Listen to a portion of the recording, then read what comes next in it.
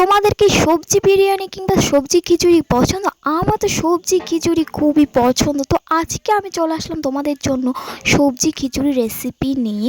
তো দেখো, শীতকাল তো শেষ হতে চললো, কিন্তু শীতের সবজি এখনও শেষ হয়নি।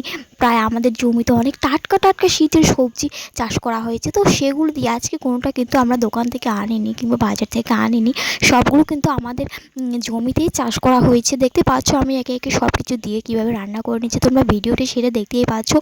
তো অনেক ধরে ইচ্ছে করছিলো হচ্ছে আমার এরকম হয় খিচুড়ি রান্না খেতে। তো তোমাদের কেমন লাগছে আমার আজকের খিচুড়ি রেসিপিটি, চাইলে তোমরাও ট্রাই করতে পারো।